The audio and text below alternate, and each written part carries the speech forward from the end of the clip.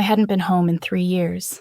Not since the arguments, not since I'd packed my car with what little pride I had left and promised myself I'd never come back. But that December, something in me softened. Maybe it was nostalgia, maybe guilt. Maybe I just wanted to believe we could be a family again. So, I drove through the snow to my parents' house, the same white brick home that always looked like it belonged on a holiday card. The windows glowed with golden light.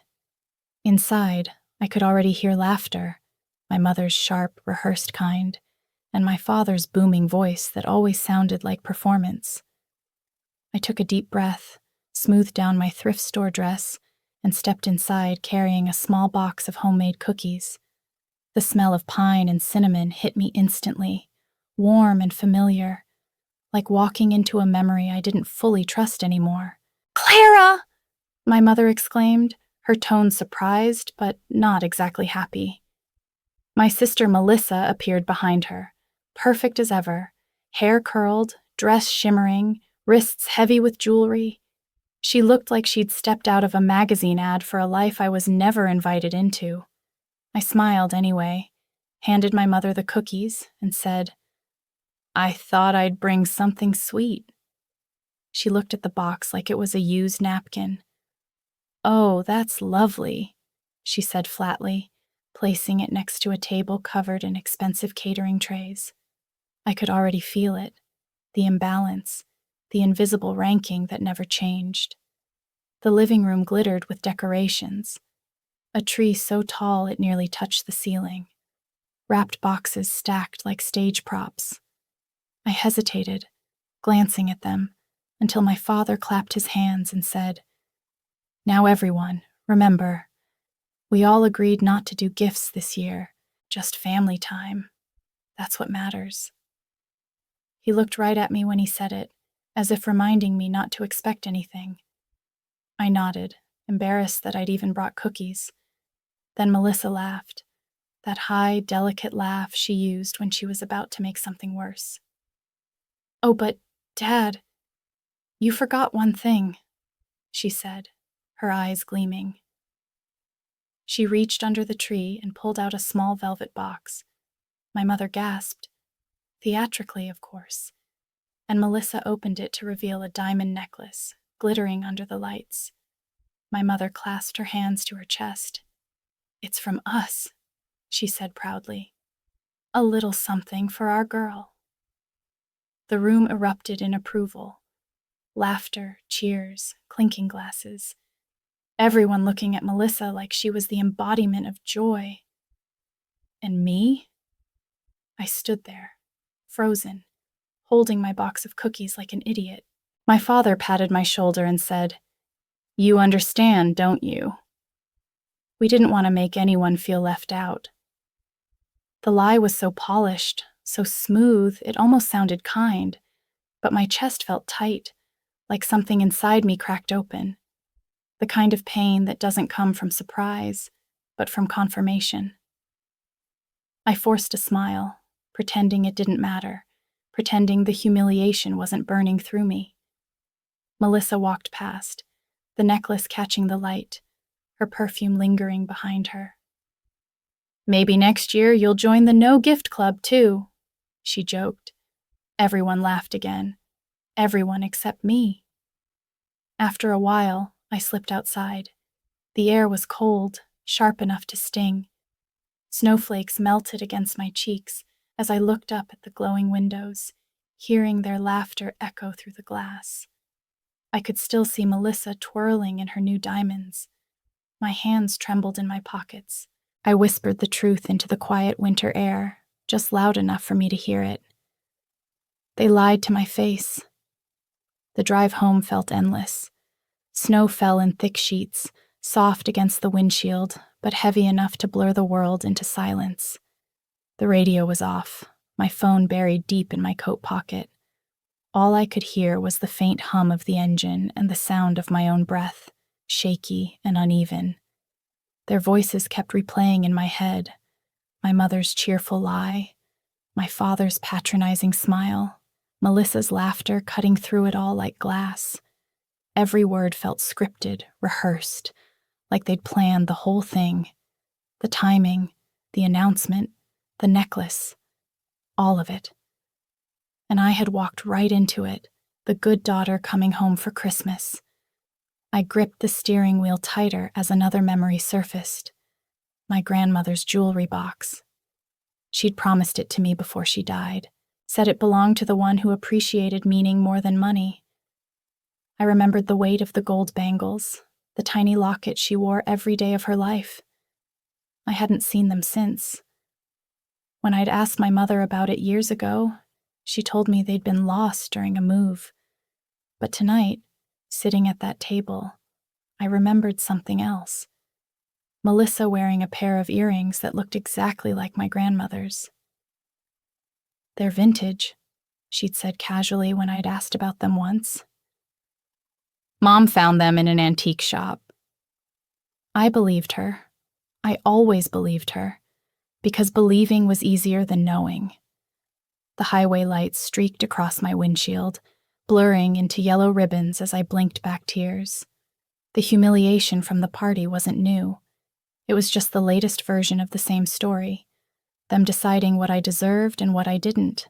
Every slight, every manipulation, every carefully disguised act of control. They dressed it up as love, but it was always about power. I used to tell myself that they didn't mean to hurt me, that I was too sensitive, that if I just stayed calm, stayed helpful, they'd finally see me. But tonight, the truth was too sharp to ignore. They saw me just fine. They just didn't care. A gust of wind rocked the car as I turned down the dark road to my apartment. I exhaled, slow and trembling, watching my breath fog up the glass. My whole life I'd played their game, quiet, compliant, forgiving. But something inside me shifted on that drive. It wasn't anger exactly. It was clarity. A cold, clean kind of realization that felt almost peaceful. I didn't know how or when, but I knew one thing for certain. They wouldn't get away with it again. Growing up, I used to think favoritism was just something all families had. Some invisible balance, some unspoken rule that made one child easier to love. In ours, it was Melissa. It always had been. When she got a B in school, it was progress. When I brought home straight A's, my mother said, "Don't brag, Clara. Be humble." When Melissa dropped out of college for a year to find herself, they called it bravery. When I worked 2 jobs through mine, they called it obsession. Every compliment had a shadow, and mine always came with a reminder to tone it down.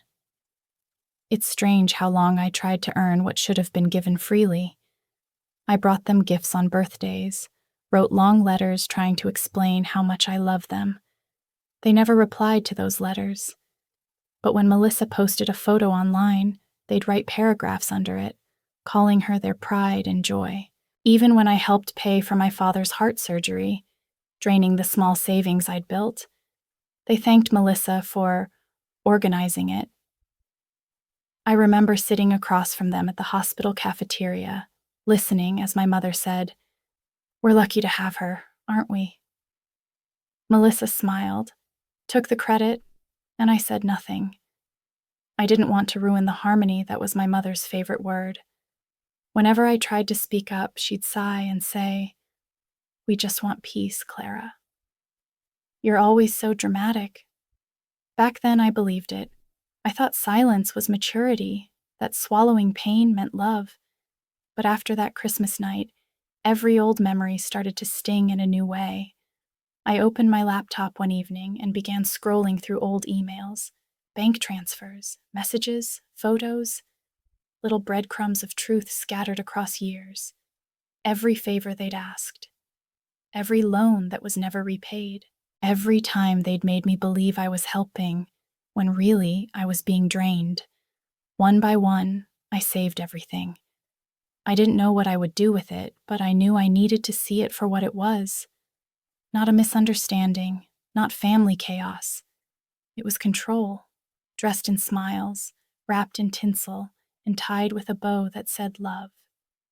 It started with a phone call I almost didn't answer. A polite woman from a credit company asked if I was planning to make a payment on my delinquent account. I laughed at first, thinking it was a scam, but when she read my full name, my old address, even the last 4 digits of my social security number, the laughter died in my throat. She said the card was opened 8 years ago. Luxury purchases, large amounts, then minimum payments made for a while before everything stopped. I told her there must be a mistake. I'd never even had a card with that bank. She apologized and sent me the statements. When the email came through, I opened it expecting to feel relief. Instead, my stomach turned. There it was. My name printed neatly at the top of each page, followed by a trail of expensive boutiques, designer stores, and travel bookings. The first charge was a bridal shop, right around the time of Melissa's wedding. I remembered her showing off her dress and saying, "I can't believe how generous Mom and Dad were." Generous. My parents hadn't just used my money, they had stolen my name. The next morning, I drove to the bank with shaking hands. The woman at the counter looked at me with quiet pity when I explained what was happening. She pulled up the application and turned the screen toward me. My heart stopped. The signature looked like mine, close enough that someone might believe it, but it wasn't. The loops were too smooth, the letters too perfect. It was a practiced imitation. "Whoever did this had access to your ID," she said softly. "It's not the first time we've seen something like this." I left the bank with the printouts pressed against my chest like evidence of a crime I didn't know I'd been living with. On the drive home, I couldn't stop thinking about every time I'd defended them. Every time I'd said, "They mean well." Every excuse I'd built to protect people who saw me as nothing more than a resource. The grief was almost worse than the anger. I wanted to call them, to scream, to ask why, but I didn't. Instead, I went home, opened my laptop, and began collecting everything. The statements, the signatures, the old emails from my mother about helping with finances. I took screenshots, downloaded files, and stored them in a folder I labeled Christmas photos. It felt ironic, almost poetic. For years, I'd accepted their version of love, the one where I was useful only when I was silent. But that night, something new took hold in me. Not just anger, but purpose. If they wanted to treat me like a fool, then I'd let them believe it, just long enough. Because this time, the gift I'd bring to Christmas wouldn't be cookies. It would be truth. And it would leave a mark they'd never forget. By the time my mother's 60th birthday arrived, I had learned how to wear calm like armor. I walked into the restaurant with a practiced smile, a small bouquet in hand, and a heart that no one in that room could possibly read.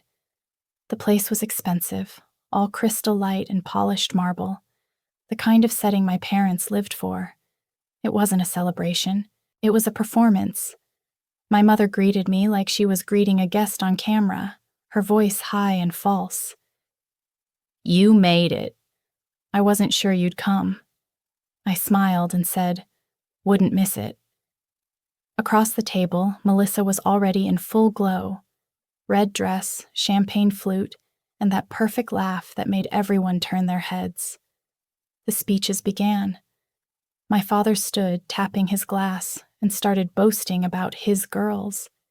He told stories about Melissa's real estate business, her hard work, her success. Everyone applauded.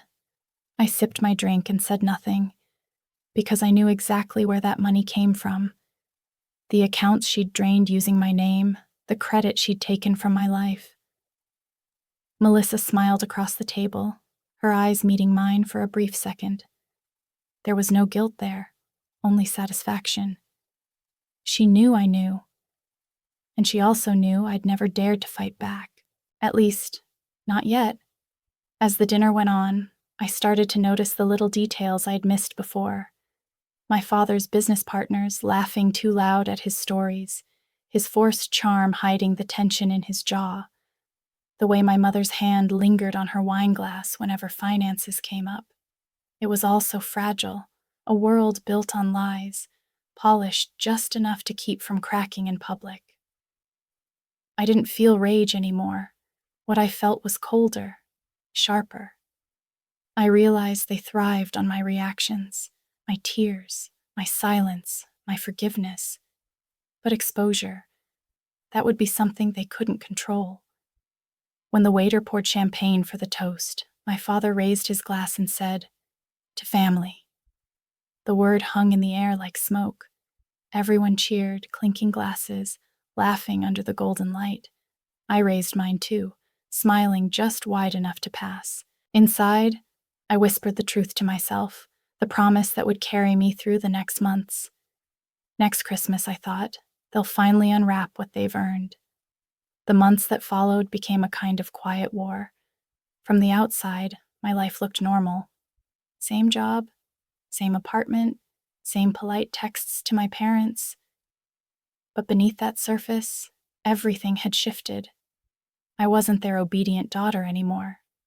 I was their shadow, moving carefully through every trail they'd left behind. It started with a call to the bank's fraud department. The man on the other end sounded hesitant at first, but when I gave him the case number and the forged documents, his tone changed. He said they'd review it internally, and within a week, he sent me more records. Ones I hadn't even known existed. Wire transfers, false claims, small loans in my name that were quietly paid off using money from my grandmother's estate, my inheritance. I remember staring at the screen, heart pounding but face calm. It was all there, their greed written in numbers. Each new discovery felt like a bruise I could finally see, proof that my pain hadn't been imagined, proof that love had been their favorite disguise. Then I reached out to Mark, an old friend who worked as an accountant. I told him I needed help understanding some family financial issues.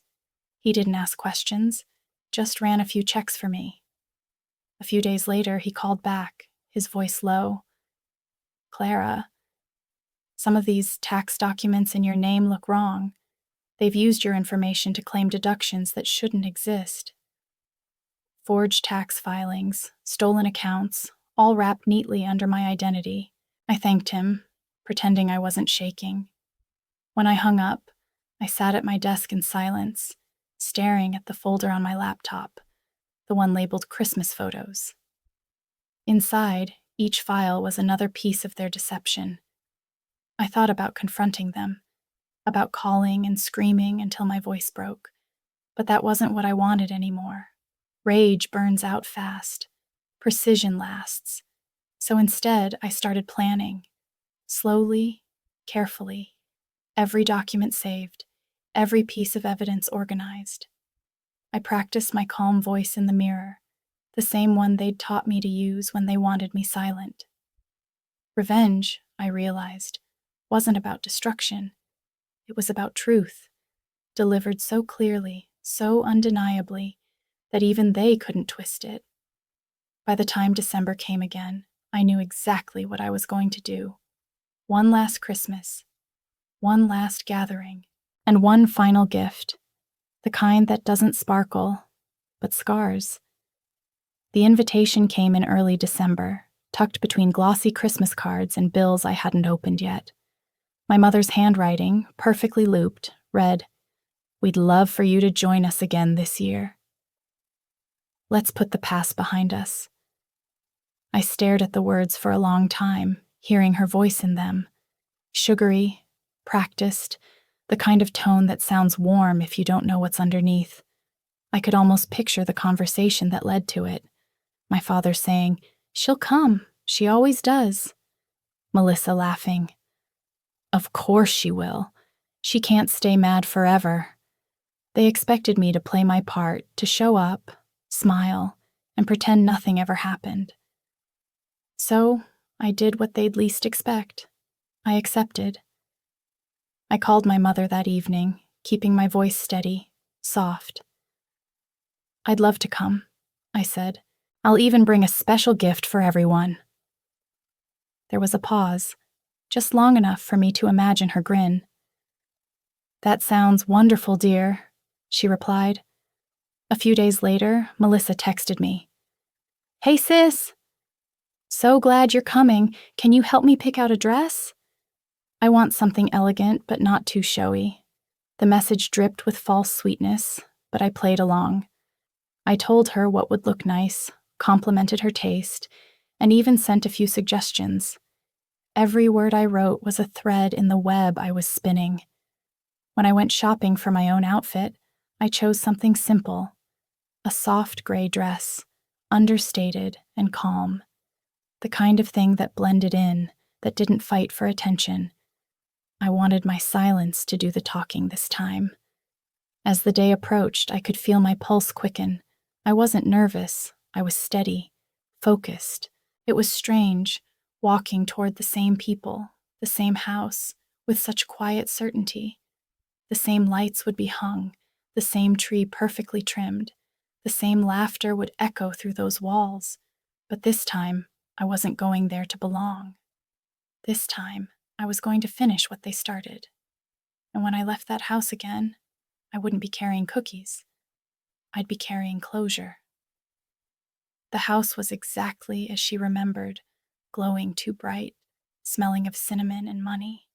Snow dusted the driveway like powdered sugar, and the sound of carols spilled from inside. Clara stood on the doorstep, her breath visible in the cold, holding a small wrapped box in her gloved hand. When the door opened, her mother greeted her with the same performance as always, wide smile, air kiss, fake warmth. "Oh, Clara, you made it." Her father's nod was curt, a handshake disguised as affection. Melissa swept in seconds later, dazzling in sequins. "Finally! Christmas is complete," she declared, looping her arm around Clara's shoulders as if years of betrayal could be erased with a single gesture. Inside, the scene was perfectly choreographed. Laughter, glittering lights, the expensive wine her parents reserved for company. The table gleamed with gold cutlery and crystal glasses. Clara took her seat, watching as her father cleared his throat for the familiar speech.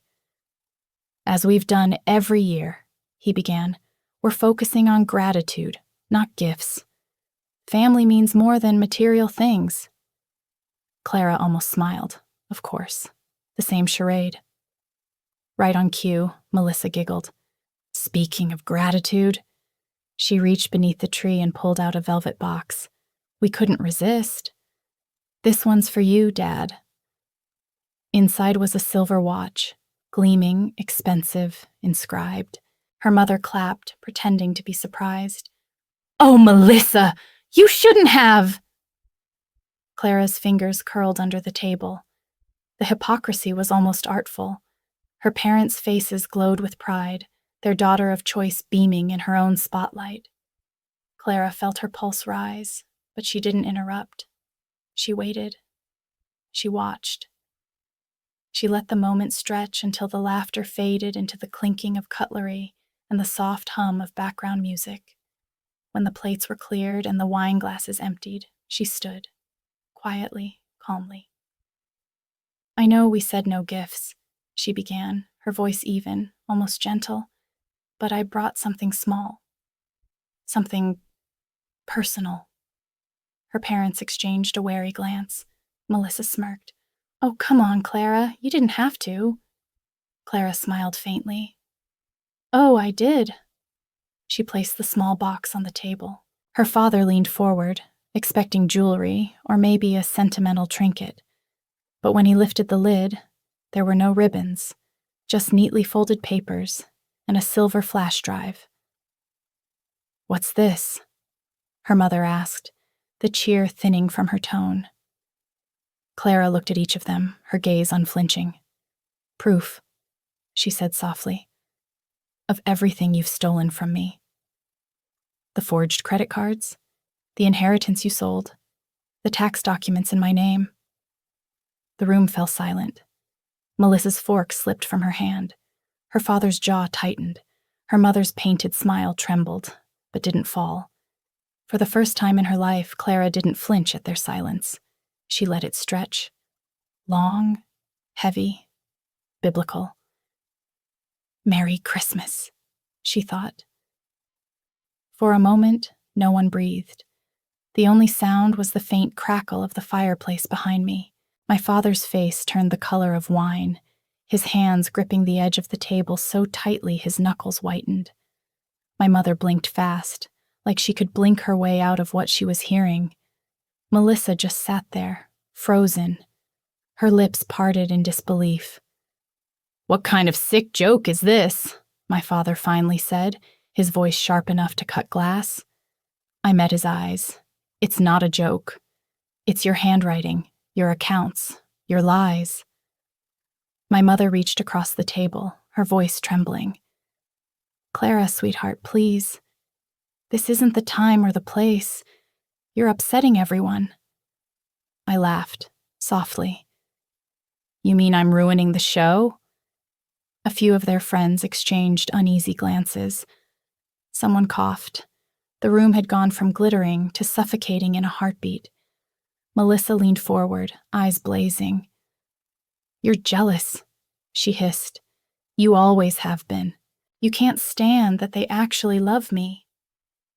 I looked at her, my sister, dressed in diamonds bought with my stolen credit.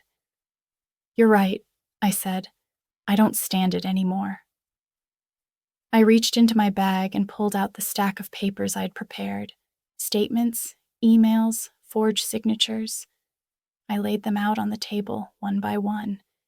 Each page hit the surface with a sound that felt like a verdict.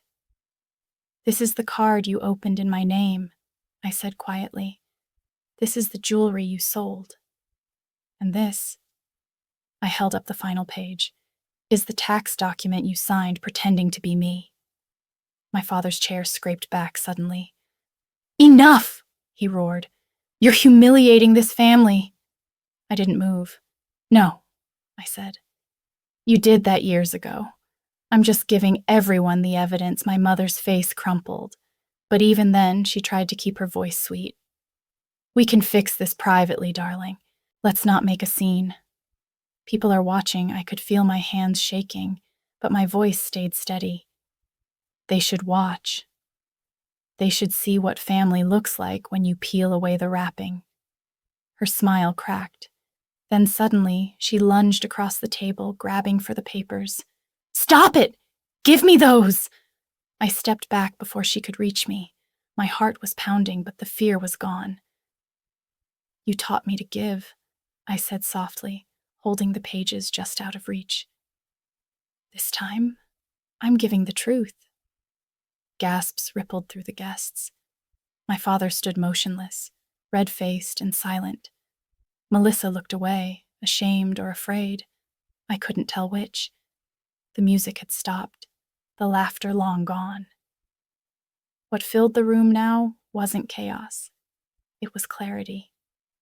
For the first time, I saw them as they really were, and for the first time, I didn't care who else saw it too. The days that followed felt like watching an avalanche I'd started without meaning to. It began with whispers, a few phone calls, an email here, a text there. Then it spread. By midweek, my father's business partners were postponing meetings, pulling investments, sending polite messages that all said the same thing. They were out. The bank called next. His accounts were under review, frozen until the fraud investigation was complete. I didn't have to lift a finger. The truth was doing all the work for me. Melissa called once, or rather, she screamed. Something about me ruining her life, her license being suspended, her clients walking away. I didn't respond. There was nothing left to say. For years, she'd built a life on stolen ground. Now it was crumbling beneath her heels. My parents didn't call at all. Not a word. No apology, no denial, nothing. Just silence. The same silence they'd given me every time I'd asked for fairness, or love, or even acknowledgement. Then one morning, I received a voicemail from the bank's fraud department. The woman's voice was kind, almost careful. She thanked me for my cooperation, told me the case was moving forward, and assured me my record would be cleared completely. I sat in my kitchen listening to it twice, maybe 3 times. My hands trembled, but not from fear this time, from the strange lightness that followed. It wasn't happiness, it wasn't triumph, it was release. For so long, I'd carried the weight of keeping peace, of being the good daughter, of swallowing every insult just to avoid being called dramatic. And now, that burden was gone.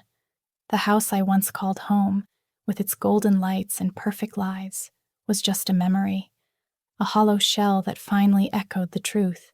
I made myself tea and sat by the window, watching the snow fall quietly over the street. It looked almost peaceful, the way it covered everything without judgment. They would tell their own stories, I knew, twist it, frame it, blame me. But this time, the facts spoke louder than their charm ever could.